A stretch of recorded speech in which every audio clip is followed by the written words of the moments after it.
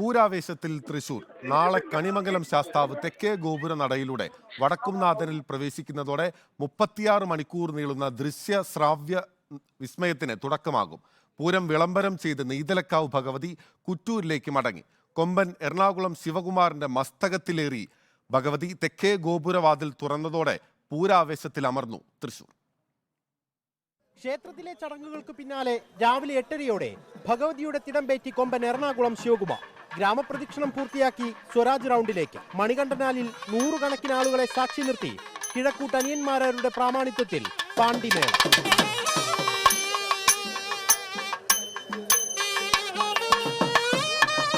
ശ്രീമൂലസ്ഥാനത്തും മേളം കൊട്ടിക്കയറി. പടിഞ്ഞാറേ നടയിലൂടെ ഭഗവതി വടക്കുംനാഥ സന്നിധിയിലേക്ക് കടന്നു. വലം വെച്ച ശേഷം തെക്കേ ഗോപുരവാതിൽ തുറന്ന പൂരവിളംബരം.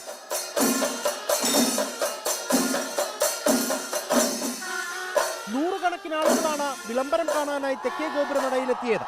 നാളെ രാവിലെ മുതൽ ഘടകപൂരങ്ങൾ വടക്കുംനാഥ സന്നിധിയിലെത്തും.